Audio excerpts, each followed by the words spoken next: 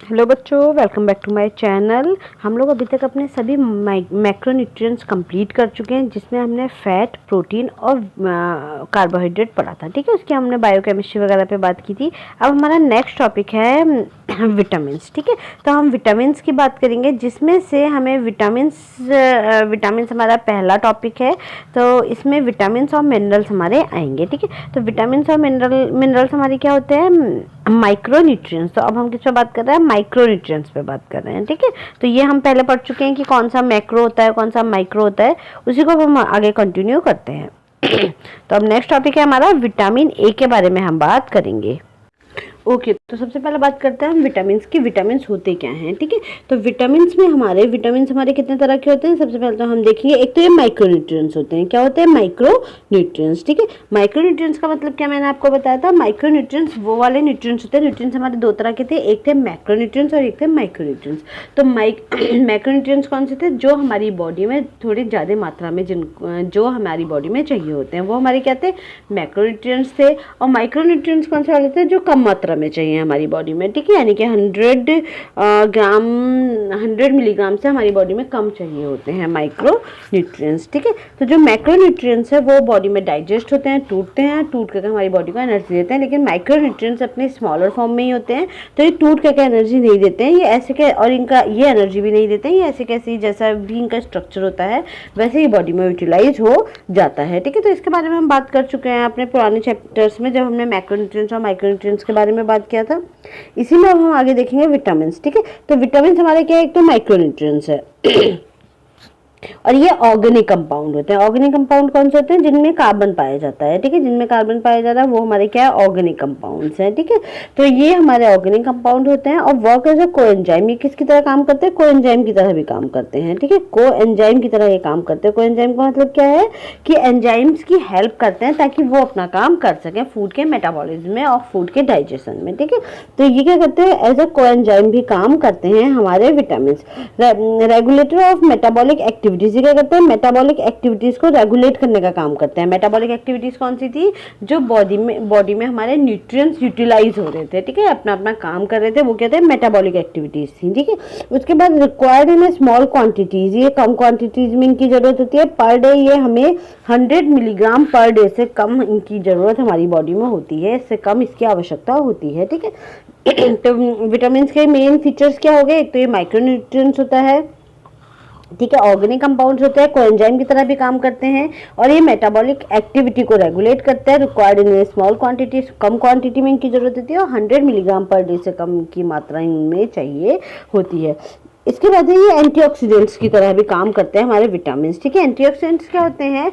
Antioxidants हमारे होते हैं, ये कुछ इस तरीके के केमिकल्स हैं जो बॉडी में जाते हैं, और अगर बॉडी में कुछ हार्मफुल केमिकल्स होते हैं, यानी कि फ्री रेडिकल्स, जो बॉडी में बहुत सारी रिएक्शन बॉडी में होती रहती हैं। ठीक है, उन रिएक्शन से फ्री रेडिकल्स बनते हैं। तो ये विटामिन क्या करते हैं? ये हमारे जो फ्री रेडिकल्स हैं उनको बॉडी को डैमेज नहीं करने देते हैं, उन्हें अपने काम में लगा देते हैं। ठीक है, तो एंटीऑक्सीडेंट हमारे क्या है? एक तो vitamin B2, vitamin C, vitamin E, vitamin A और विटामिन B6। ये तीनों, ये जितने भी हमारे विटामिन हैं, यानी कि विटामिन ए, सी और ई, ये तीनों हमारे एज ए एंटीऑक्सीडेंट काम करते हैं। विटामिन B2 और B6 भी इसमें हेल्प करते हैं एंटीऑक्सीडेंट्स को बनाने में। ठीक है, तो हमारे बेसिकली 4-5 विटामिन जो ये हैं, ये एंटीऑक्सीडेंट की तरह काम करते हैं। विटामिन सी, विटामिन ई और विटामिन ए और विटामिन B2 और B6। ठीक है, इसके बाद हमारे विटामिन दो तरह के होते हैं, एक है फैट सॉल्युबल विटामिन और एक है वाटर सॉल्युबल विटामिन। ठीक है, तो जो फैट सॉल्युबल विटामिन है वो आपकी किस में पाए जाते हैं? फैट सॉल्युबल विटामिन हमारे कौन कौन से? ए, डी, ई और के, यानी कि vitamin A, vitamin D, vitamin E और विटामिन के किस में घुलते हैं? फैट में घुलते हैं, वाटर में नहीं घुल सकते हैं। इन्हें बॉडी में यूटिलाइज होने के लिए, बॉडी में अपना काम करने के लिए किसकी जरूरत होती है? फैट की जरूरत होती है। तो फैट में घुल करके बॉडी में यूटिलाइज होते हैं, फैट में सॉल्युबल होते हैं। ठीक है, यानी कि इनको घुलने के लिए क्या चाहिए? वसा चाहिए। ठीक है, अब वाटर सॉल्युबल विटामिन क्या होते हैं? Water soluble vitamin, vitamin B और विटामिन सी हमारे क्या है? वाटर सॉल्युबल विटामिन है। ये हमारी बॉडी में वाटर के में डिसॉल्व होकर यूटिलाइज हो जाते हैं। अब जो फैट सॉल्युबल विटामिन है, ये बॉडी में हमारे स्टोर हो सकते हैं, इन्हें हमें ज़रूरी नहीं है कि हम इन्हें रोज़ अपनी डाइट में लें, और ये बॉडी में स्टोर बॉडी में स्टोर होकर के इनको रेगुलर डाइट में लेना ज़रूरी नहीं है। जब भी ज़रूरत पड़ेगी तो उस स्टोरेज फॉर्म से ही बॉडी इनको लेती है, ठीक है, वो फैट सॉल्युबल विटामिन को, क्योंकि जहाँ जहाँ फैट इकट्ठा होगा बॉडी में, जहाँ जहाँ फैट होगा वहाँ वहाँ ये विटामिन भी हमारे स्टोर हो जाते हैं, ठीक है। इसी तरीके से हमारा वाटर सॉल्युबल विटामिन है। वाटर सॉल्युबल विटामिन जो होते हैं विटामिन बी और सी, इनको ये हमारी बॉडी में स्टोर नहीं हो पाते हैं। क्यों? क्योंकि बॉडी में स्वेटिंग के साथ, यूरिन के साथ ये बॉडी से बाहर निकल जाते हैं। तो इन्हें हमें अपनी डाइट में क्या करना है, डेली लेना है। यानी विटामिन बी और विटामिन सी हमें अपना क्या लेना होता है, डाइट में डेली लेना होता है, ठीक है। और जबकि विटामिन जो हमारे फैट सॉल्युबल विटामिन है इनको हम मेगा डोज में भी ले सकते हैं अपने डाइट में, ठीक है। जैसे कि मैं एक ही बार कैप्सूल खा लूँ विटामिन ए की, 1 महीने तक कैप्सूल खा लूँ तो वो साल भर का मेरी बॉडी में स्टोर हो जाएगा, ठीक है। अब इसके बाद है हमारा नेक्स्ट विटामिन, समझ में आ गया ना। तो विटामिन हमारे फैट सॉल्युबल विटामिन और वाटर सॉल्युबल विटामिन है। तो सबसे पहले हम पढ़ेंगे विटामिन ए, ठीक है। तो विटामिन ए, डी, ई के हमारे क्या है, फैट सॉल्युबल विटामिन है। विटामिन बी और सी हमारे क्या है, वाटर सॉल्युबल विटामिन है। तो सबसे पहला विटामिन हमारा विटामिन ए से हम स्टार्ट करेंगे। तो हमारा पहला है विटामिन ए, ठीक है। विटामिन ए क्या है, हमारा रेटिनॉल की एक्टिव फॉर्म है। विटामिन एक्टिव फॉर्म को क्या, जो विटामिन ए है इसका केमिकल नाम यानी कि इसकी एक्टिव फॉर्म को हम क्या बोलते हैं, रेटिनॉल बोलते हैं, ठीक है। विटामिन ए के केमिकल नाम हमारा क्या है, रेटिनॉल है। एग्जाम में आता है कि विटामिन ए का जो केमिकल नेम है वो क्या है, रेटिनॉल है, ठीक है। ये आपका हाईली स्टेबल विटामिन है, यानी कि हीट में टिका रहेगा। आप इसे गर्म करोगे तो ये खराब नहीं होगा। एसिड में टिका रहेगा, एल्कलाइन में टिका रहेगा, ठीक है। तो ये एकदम से धूप में, गर्मी में, एसिड में या अल्कलाइन मीडियम में ये हमारा स्टेबल रहता है, ये डिस्ट्रॉय नहीं होता, खत्म नहीं होता है, ठीक है। एक्टिव फॉर्म इसकी कौन कौन सी है, विटामिन ए की एक्टिव फॉर्म है रेटिनॉल, एक्टिव फॉर्म है रेटिनॉल, ठीक है, रेटिनल और रेटिनोइक एसिड, ये सब क्या है, ये एक्टिव फॉर्म है विटामिन ए की, ठीक है। तो विटामिन ए में दो तरह के विटामिन ए है, एक तो हमारा रेटिनॉल होता है, एक है हमारा कैरोटीन, ठीक है। तो जो रेटिनॉल है ये हमारे किससे पाया जाता है, ये हमारे फैटी पार्ट्स के जो हमारे एनिमल्स हैं उनके फैटी पार्ट्स में पाया जाता है, ठीक है। जैसे जितने भी हम एनिमल सोर्सेज से फूड ले रहे हैं उसमें हमारा विटामिन ए की कौन सी फॉर्म पाई जाएगी, रेटिनॉल फॉर्म पाई जाएगी। जैसे हमारा animal food, milk, egg yolk, fish oil और ऑर्गन मीट, इन सब में क्या पाया जाता है, रेटिनॉल पाया जाता है, ठीक है। तो ये क्या है, ये एक्टिव फॉर्म है। क्या है ये, एक्टिव फॉर्म है। एक्टिव फॉर्म का मतलब क्या है, जब भी मैं ये खाऊंगी रेटिनॉल, यानी कि मैं मिल्क पीऊंगी तो मिल्क के अंदर का जो रेटिनॉल है वो मेरी बॉडी में ऐसा का ऐसा ही विटामिन ए के सारे काम करना शुरू कर देगा, ठीक है। तो क्लियर हो गया इतना। जबकि जो कैरोटीन होता है, जो दूसरा वाला आपका कैरोटीन है, कैरोटीन हमारे किस में पाया जाता है, प्लांट बेस्ड फूड में पाया जाता है, ठीक है। जैसे कि yellow, orange, red fruits and green leafy vegetable, mango, papaya, इन सब में हमारा क्या पाया जाता है, कैरोटीन पाया जाता है, ठीक है।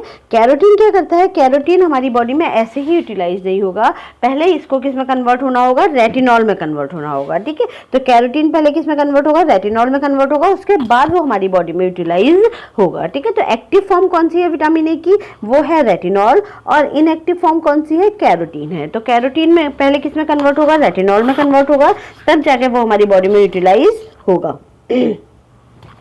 ठीक है। तो कैरोटीन हमारी क्या है, इनएक्टिव फॉर्म है। येलो ऑरेंज पिगमेंट से पाए जाते हैं, कि किस किस में, येलो ऑरेंज और रेड कलर के जो पिगमेंट्स हैं इसमें पाए जाते हैं, ठीक है। यानी कि जो भी फ्रूट्स हमारे येलो कलर के, ऑरेंज कलर के, रेड कलर के होते हैं उनमें हमारा क्या पाया जाता है, विटामिन ए की जो इनएक्टिव फॉर्म है कैरोटीन पाई जाती है। तो जो एनिमल सोर्सेज से हमें फूड मिल रहा है, जितने भी हमारे एनिमल से मिलने वाले फूड आइटम है, जैसे एग हो गया, मिल्क हो गया, नॉनवेज हो गया, ठीक है। तो इन सब में तो हमारा रेटिनॉल पाया जाएगा, इससे कन्वर्ट होने की जरूरत नहीं है, क्योंकि ये विटामिन ए की एक एक्टिव फॉर्म है, ये ऐसे का ऐसे ही हमारी बॉडी में यूटिलाइज हो जाएगा। जबकि जो हमें प्लांट बेस्ड कैरोटीन मिल रहा है, ठीक है, इसे क्या होना होगा, इसे हमारी बॉडी में कन्वर्ट होना होगा पहले रेटिनॉल में, उसके बाद ये बॉडी में यूटिलाइज होगा, ठीक है। तो carotene converted into retinol, carotene को किस में कन्वर्ट होना होगा, रेटिनॉल में होना होगा। तो रेटिनॉल और जो बीटा कैरोटीन और क्रिप्टोजेंथिन और अल्फा कैरोटीन, ये सब हमारे विटामिन ए के फॉर्म्स हैं, ठीक है।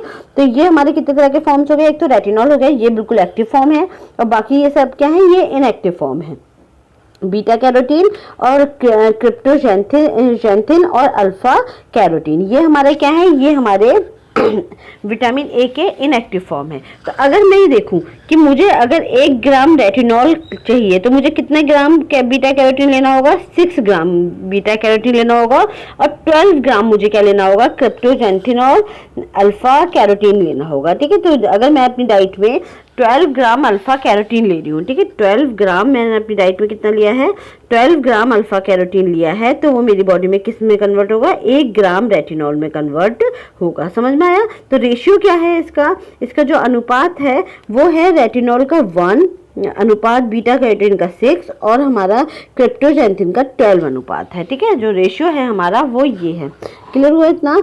यानी कि अगर मुझे अपनी बॉडी में मान लो 15 ग्राम प्रोटीन लेना है, ठीक, सॉरी 15 ग्राम रेटिनॉल लेना है और मेरे पास रेटिनॉल का सोर्स नहीं है, मैं वेजिटेरियन हूँ, तो मुझे कितना बीटा कैरोटीन लेना होगा? ठीक है, तो कितना बीटा कैरोटीन लेना होगा? 15 इंटू 16।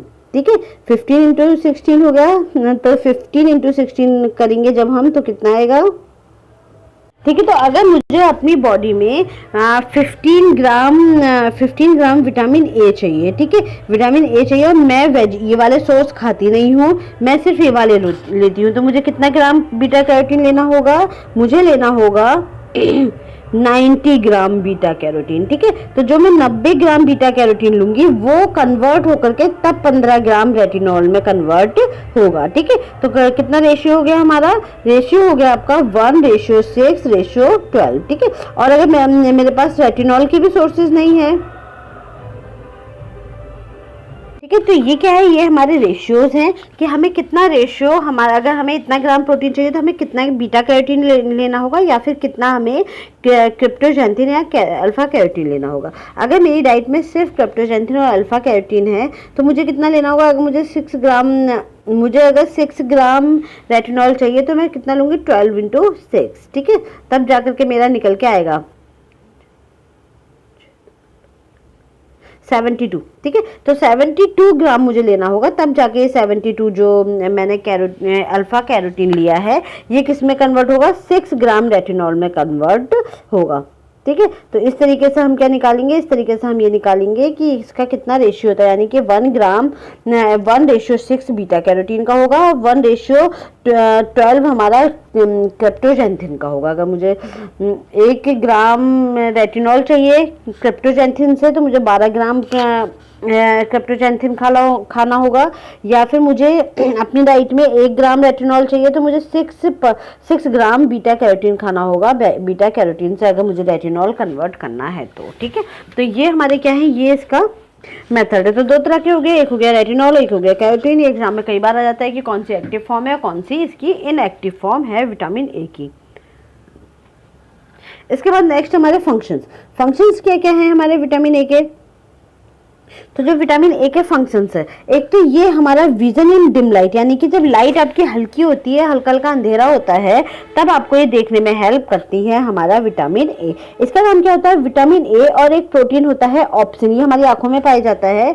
ये दोनों मिल करके क्या बनाते हैं? रेडॉप्सिन बनाते हैं, और किसमें? रेटिना में। ठीक है, रेटिना के अंदर जो हमारी आईज है, रेटिना है, उसमें एक विटामिन ए होगा और साथ ही साथ इसके प्रोटीन होगा, दोनों मिलकर क्या बना देंगे? रेडॉप्सिन बना देंगे। और ये जो ऑप्शन है ये आपको डिम लाइट में देखने में हेल्प करता है। ठीक है, और जैसे ही लाइट आ जाएगी ये क्या होगा? रिडॉप्सिन वापस टूट जाएगा। ठीक है, लाइट आने पे क्या होगा? रिडॉप्सिन टूट जाएगा वापस किसमें? विटामिन ए और ऑप्शन में। ठीक है, जैसे आपने देखा होगा एकदम से आप कहीं बैठे हो और अचानक लाइट चली गई। ठीक है, जब अचानक आपकी लाइट चली गई, कमरे की लाइट चली गई, अंधेरा हो गया, तो क्या होगा? आपकी जो आंखों में, जो आपकी रेटिना में विटामिन ए है, जो ऑप्शन है, जो अभी अलग अलग था, जैसे ही लाइट चली जाती है वो आपकी आईज में जो अलग विटामिन ए और ऑप्शन प्रोटीन था वो दोनों मिल जाते हैं और रेडॉप्सिन करके एक पिगमेंट बना देते हैं। और ये पिगमेंट क्या करता है? आपको अंधेरे में देखने में हेल्प करता है। ठीक है, तो जैसे थोड़ा थोड़ा आपको दिखाई देना शुरू हो जाएगा अंधेरे में, आपने नोटिस किया होगा 1-2 मिनट बाद आपको थोड़ा थोड़ा दिखाई देने लगता है। तो क्यों? क्योंकि वो रेडॉप्सिन बन जाता है रेटिना में। ठीक है, अगर और फिर दोबारा जब भी लाइट आएगी तब क्या होगा? यही रिडॉप्सिन वापस टूट जाएगा विटामिन ए और ऑप्सिन प्रोटीन में। ठीक है, तो ये हमारा इसका इसीलिए हमें क्या होता है? ये आपका हल्की लाइट में देखने में हेल्प करता है। कौन? Vitamin A.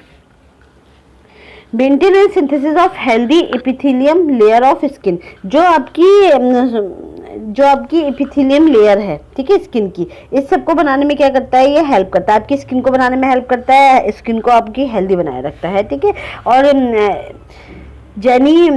Genito urinary tract, ठीक है, जेनाइटो यूरिनरी ट्रैक्ट को भी क्या करता है कि लेयर को भी ये हेल्दी बनाए रखने में हेल्प करता है, रेस्पिरेटरी सिस्टम की और गैस्ट्रो इंटेस्टाइनल ट्रैक्ट की, यानी कि जितने भी आप देखोगे आपकी जो बॉडी के जो ऑर्गन्स हैं उनके अंदर जो लेयर्स पाई जा रही हैं, उनकी जो सेल्स पाई जा रही हैं, उनको हेल्दी बनाने में ये हेल्प करता है विटामिन ए, ठीक है। तो इसका मेन काम क्या हो गया, एक तो ये आपको क्या करता है, डिम लाइट में देखने में हेल्प करेगा, जो आपके आंखों में जो आपका रेटिना है उसमें एक ऑप्सिन प्रोटीन और विटामिन ए रहता है, तो जैसे ही लाइट चली जाएगी आपका ऑप्सिन प्रोटीन और विटामिन ए एक साथ जुड़ जाएगा, जुड़ करके वो क्या बना देगा, रेडॉप्सिन बना देगा, जो आपको अंधेरे में देखने में हेल्प करेगा। फिर लाइट आ जाएगी, आप उजाले में आ जाओगे, उसके बाद क्या होगा, आपका जो ये रेडॉप्सिन बनाता है वापस टूट जाएगा ऑप्सिन प्रोटीन और विटामिन ए में, ठीक है। फिर जितने बार लाइट जाती जाएगी ये आपकी आंखों में आपकी रेटिना में वापस जुड़ता जाएगा, ठीक है।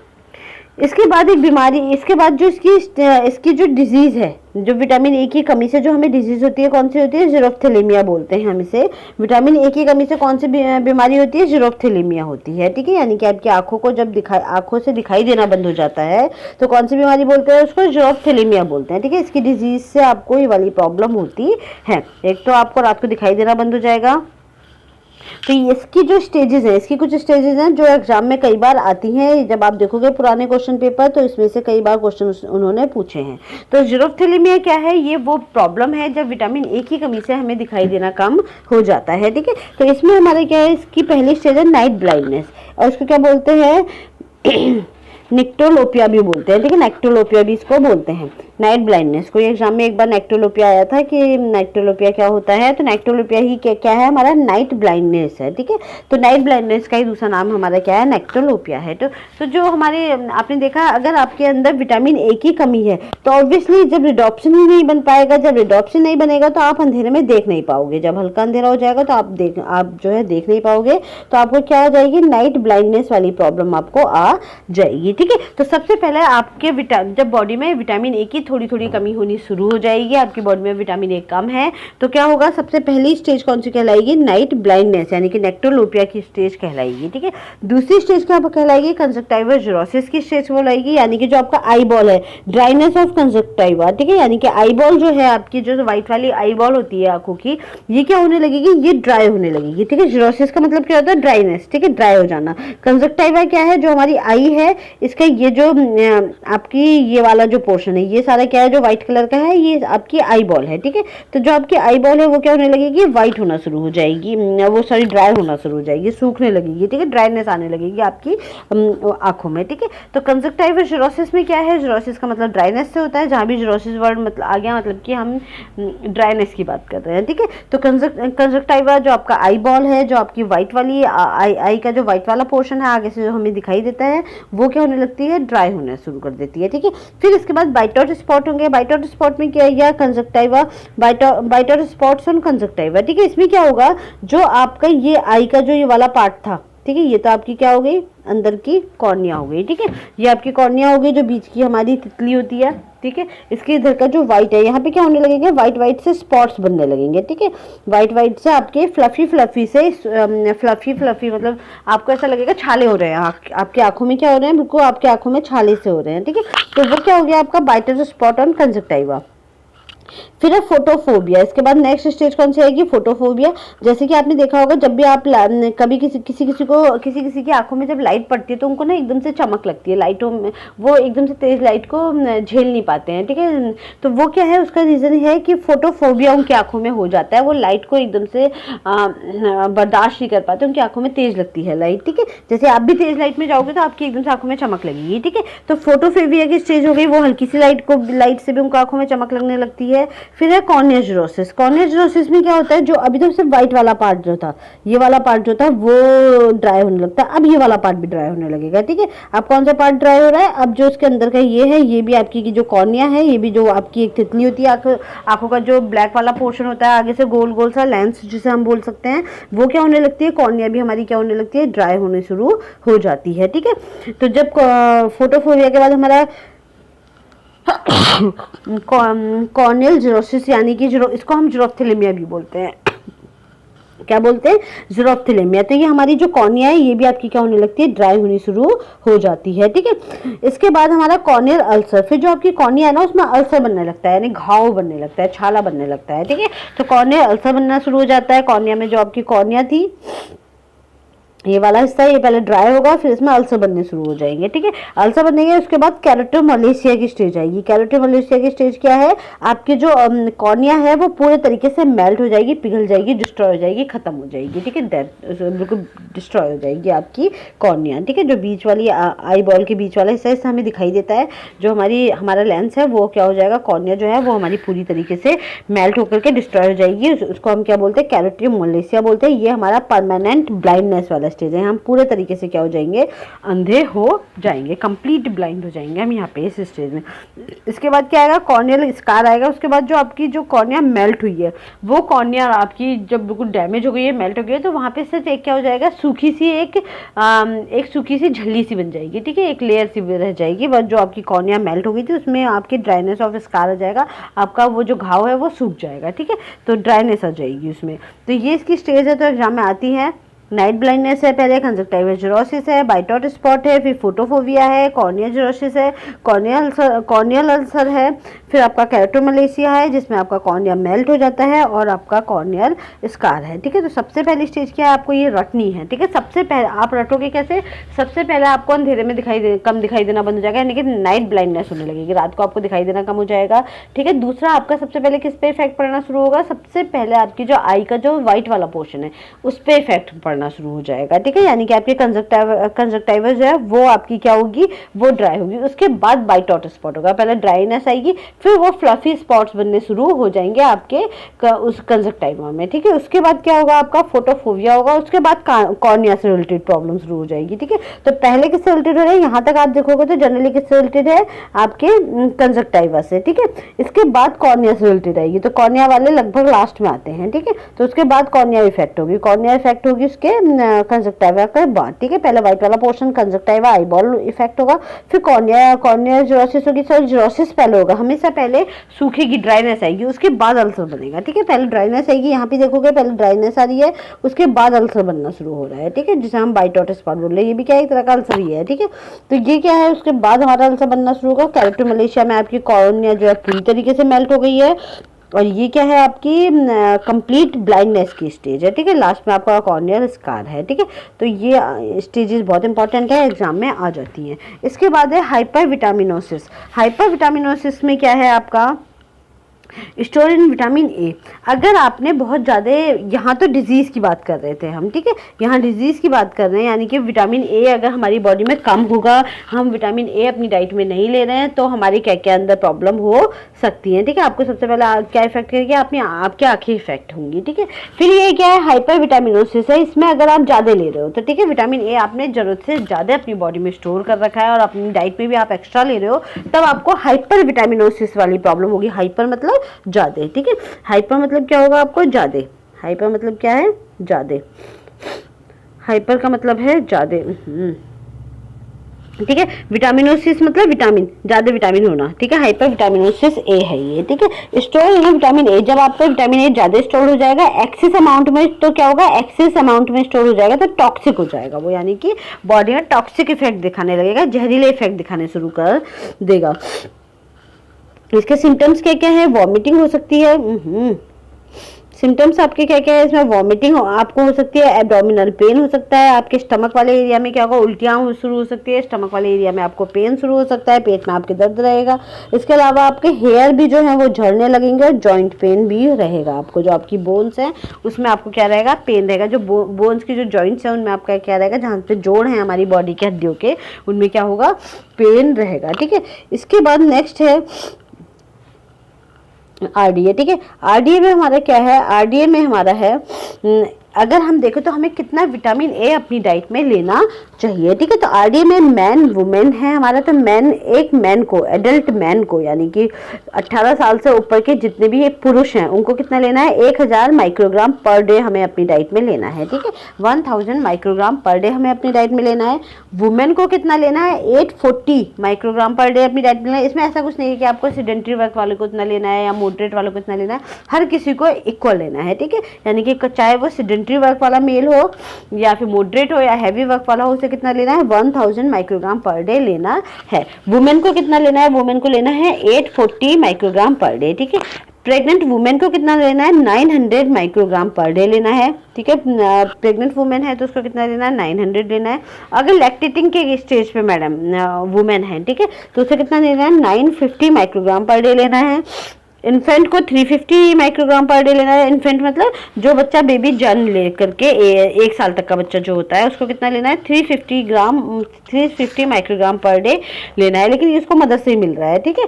तो चिल्ड्रन अगर हमारा 1 to 3 ईयर के बच्चों को 390 माइक्रोग्राम पर डे लेगा, 4 to 6 ईयर के बच्चों को 510 माइक्रोग्राम पर डे लेगा, और 7 to 9 ईयर के बच्चों को 630 माइक्रोग्राम पर डे हमें डाइट में देना है, ठीक है। अब 10 to 12 ईयर के जो हमारे बॉयज हैं उनको 770 माइक्रोग्राम पर डे देना है, गर्ल्स को 790 माइक्रोग्राम पर डे देना है, ठीक है।